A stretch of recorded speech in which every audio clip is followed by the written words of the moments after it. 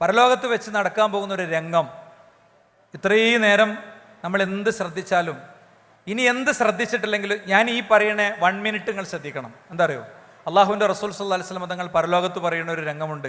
യാ റബ്ബി ഇന്ന ഖൗമി ഇത്തഖദു ഹാദൽ ഖുർആന മഹ്ജൂറ. പടച്ചോനെ, എൻ്റെ ജനങ്ങൾ ഈ ഖുർആനിനെ തള്ളിക്കളഞ്ഞു. ഇതാരാണ്?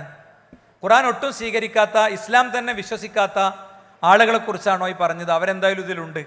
പക്ഷേ ഇബ്നുൽ ഖയ്യിം റഹിമഹുല്ലയെ പോലെ, ഇബ്നു കസീർ റഹിമഹുല്ലയെ പോലെയുള്ള പണ്ഡിതന്മാരൊക്കെ ഈ ആയത്തിനെ വിശദീകരിക്കുന്നിടത്ത് നമുക്ക് കാണാൻ കഴിയുന്നൊരു വലിയ കാര്യമുണ്ട്. അതെന്താണ്?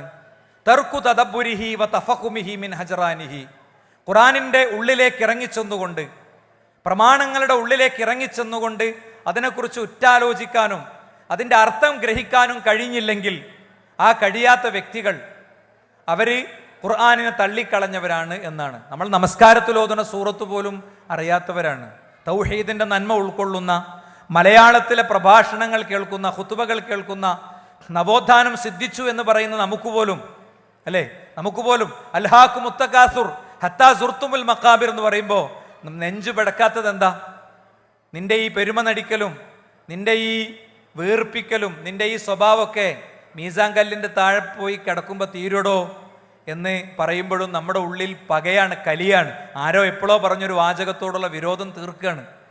നമ്മൾ എവിടെയൊക്കെ പാര വെക്കാൻ പറ്റും, വള്ളി വെക്കാൻ പറ്റും എന്ന് നോക്കി നടക്കുകയാണ്.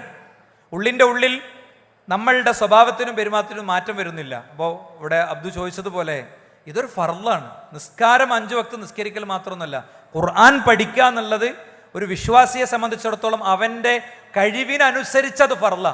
മഹാപണ്ഡിതന്മാർക്ക് ഖുർആനിൻ്റെ വലിയ വലിയ ഗവേഷണങ്ങളൊക്കെ, ആഴത്തിലുള്ള കാര്യങ്ങളൊക്കെ വേണ്ടി വരും. സാധാരണക്കാരെ സംബന്ധിച്ചിടത്തോളം തലബുൽ ഇൽമി ഫരീളത്തുൻ അലാ കുല്ലി മുസ്ലിമിൻ, എല്ലാ മുസ്ലിമിനും ഇസ്ലാം പഠിക്കൽ ഫർളാണെന്ന് പറഞ്ഞ് ആ ഫർളാണെന്നുള്ള കാര്യത്തിൽ യാതൊരു സംശയവുമില്ല.